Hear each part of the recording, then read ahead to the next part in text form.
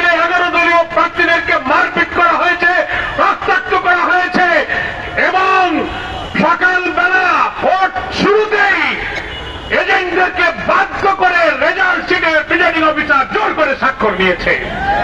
এই ভোট প্রমাণ করেছে দলীয় সরকারের অধীনে কোন নির্বাচন কোনদিন নিরপেক্ষ হয় না। সেটাই বিএনপি প্রমাণ করলো।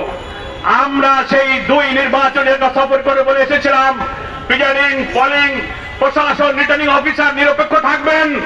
শেরপুর আর বগুড়া যেন আরেকটি মাগুরার নির্বাচনের মতো প্রতারণা নির্বাচন না হয়। শেষ পর্যন্ত আমরা কিন্তু তাই প্রমাণ করলেন। ফলে জাতির কাছে আপনাদেরকে ফিরে আসতে হবে। কোন সংখ্যাগরিষ্ঠতা, কোন পুলিশ, কোন র্যাব, কোন পরাশক্তি কিন্তু জুলাইয়ের আগস্টের বিপ্লবকে ঠেকাতে পারে নাই। ওই সংঘর্ষের দোহাই দিয়ে জনগণের বিপক্ষে অবস্থান নেবেন না।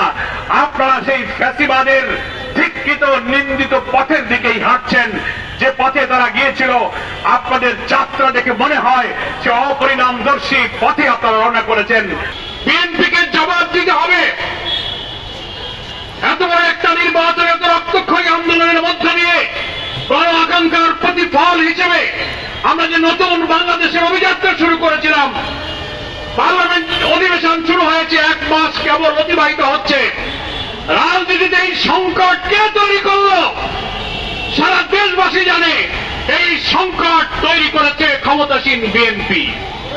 ফলে বিএনপির তৈরি করা সংকট বিএনপিকেই নিরসন করতে হবে, বিএনপিকেই সমাধান করতে হবে।